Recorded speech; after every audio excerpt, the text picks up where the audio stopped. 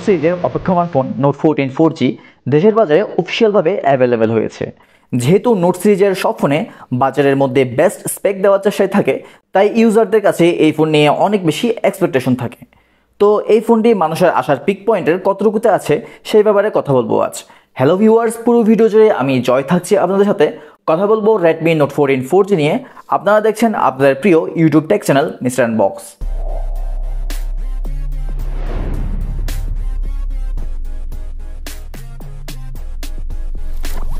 প্রথমে ভেরিয়েন্ট এবং দাম থেকে শুরু করছি। দেশের বাজারে ডিভাইসটি 6128GB এবং 8256GBর দুটি ভেরিয়েন্ট লঞ্চ হয়েছে, যেগুলোর দাম যথাক্রমে 23,999 টাকা এবং 26,999 টাকা। আমাদের হাতের ডিভাইসটি ব্লু কালারের। এছাড়া ডিভাইসটির গ্রিন, ব্ল্যাক এবং পার্পল কালারও অ্যাভেলেবেল আছে, তবে আমার কাছে পার্সোনালি ব্ল্যাক কালারটি সবচেয়ে বেশি এলিগেন্ট লেগেছে। ডিভাইসটির রিয়ার পোর্শনের ডিজাইনে আমি তেমন কোনো নতুনত্ব দেখিনি। এর ডিজাইন অনেকটা নোট 12-এর কথা মনে করিয়ে দিচ্ছে, অনেকটা সিমিলার ক্যামেরা মডিউল। নোট 13 যেখানে রিয়ার সাইডে গ্লাস ব্যবহার করা হয়েছিল, সেখানে নোট 14-এ প্লাস্টিক ব্যবহার করা হয়েছে।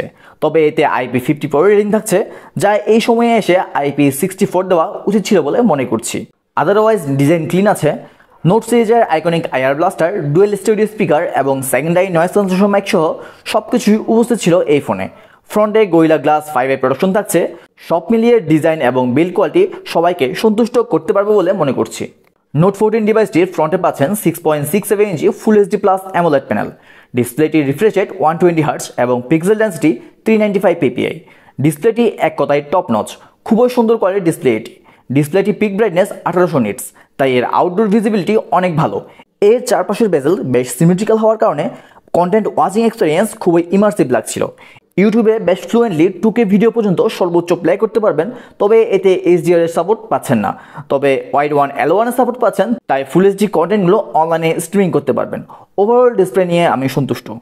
হার্ডওয়্যার সেকশনে এতে পাচ্ছেন Helio G99 আলট্রা প্রসেসরটি, যেটি 6 ন্যানোমিটার ফ্যাব্রিকেশনে তৈরি। এতে র্যাম পাচ্ছেন 8GB LPDDR4X এবং স্টোরেজ পাচ্ছেন 128GB বা 256GB UFS 2.2। Helio G99 ultra মূলত Helio G99 এর একটি রিনেমড ভার্সন। Helio G99 এর পারফরম্যান্স সম্পর্কে আমরা কম বেশি সবাই জানি, তবে রেডমি নোট সিরিজ স্ন্যাপড্রাগন 685 এর মায়াজাল থেকে বের হয়ে Helio G99 আসতে পারাকে আমরা সবাই অ্যাপ্রিসিয়েট জানাই। Helio G99 যদিও বেশ পুরনো প্রসেসর, তবে পারফরম্যান্স বেশ স্টেবল। ডিভাইসটিতে HyperOS 1 পেয়ে যাচ্ছেন, তবে যেহেতু HyperOS 2 চলে এসেছে, তাই ডিভাইসটি HyperOS 2 এর আপডেটের সাথে আসলে আরও বেশি ভালো হতো। ডিভাইসটির UI বেশ ফ্লুয়েন্ট এবং তেমন কোনো ব্লুটুথের দেখা মেলেনি, আর যা ছিল সবই আনইনস্টল করা যাবে। তবে রেডমি এর UI এর অ্যাড থাকার ব্যাপারটা কিছুটা বিরক্তিকর লেগেছে আমার কাছে। ডিভাইসটির গেমিং পারফরমেন্স নিয়ে বলতে গেলে এটা তেমন কারো কাছে অজানা কিছুই নয়। এতে পাবজিতে সর্বোচ্চ HD প্লাস আলট্রা সেটিংয়ে খেললে 40 FPS পাওয়া যাবে। ফ্রি ফায়ারে হাই সেটিংয়ে খেলতে পারবেন এবং এতে কোনো লেগ দেখতে পাবেন না। এই ফোনটি শখের গেমারদের জন্য ঠিকঠাক আছে, তবে যারা হার্ডকোর গেমার আছেন তাদেরকে দ্বিতীয়বার চিন্তা করা লাগতে পারে। সিকিউরিটি সেকশনে এতে ইন ডিসপ্লে ফিঙ্গারপ্রিন্ট পাচ্ছেন এবং ফেস আনলকও পেয়ে যাচ্ছেন। In display fingerprint unlocking speed খুবই ফাস্ট এবং একুরেট, কোনো ধরনের ডিলে বা মিসটাচ হয়নি একবারের জন্য। ডিভাইসটির গ্যালারিতে AI ইরেজার, AI স্কাই এর মতো অনেকগুলো AI ফিচার পেয়ে যাচ্ছেন, যেগুলোকে রেডমি AI ক্রাফটেড নামে আখ্যায়িত করেছে। রেডমি নোট 14 এর রিয়ারে পাচ্ছেন 108 মেগাপিক্সেলের একটি মেইন সেন্সর। অন্য দুটি সেন্সর তেমন কোনো কাজের নয়। এই বাজারে একটি ফোনে আলট্রা ওয়াইড সেন্সর আশা করা যেতেই পারে, কিন্তু বেশিরভাগ স্মার্টফোন কোম্পানিগুলো এই সেন্সরটি প্রোভাইড করে না। যাই হোক, রিয়ার ক্যামেরার ছবির কোয়ালিটি বেশ ভালো, কালার টোন ন্যাচারাল, তবে ডাইনামিক রেঞ্জ এবং ডিটেলসের ঘাটতি বিদ্যমান। পোর্ট্রেট ছবির কোয়ালিটিও ভালো, তবে এক্সট্রিম কন্ডিশনে এক্সপোজার কন্ট্রোল করতে গিয়ে হিমশিম খেয়ে যাচ্ছিল। নাইট মোডের ছবির কোয়ালিটি কাজ চলে যাওয়ার মতো।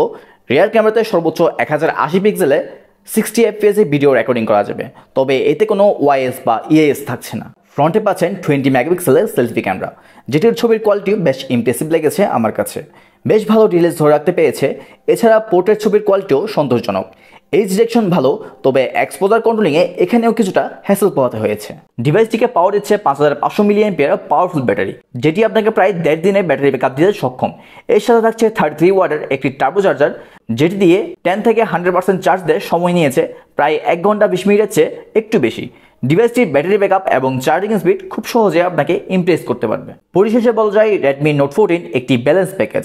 যদি এর দাম আরেকটু কমানো হতো তবে একে অনায়াসে জাতীয় ফোনের খেতাব দেওয়া যেত। এই ছিল Redmi Note 14 নিয়ে বিস্তারিত সব তথ্য। এই ব্যাপারে আরও কিছু জানার থাকলে কমেন্ট করবেন।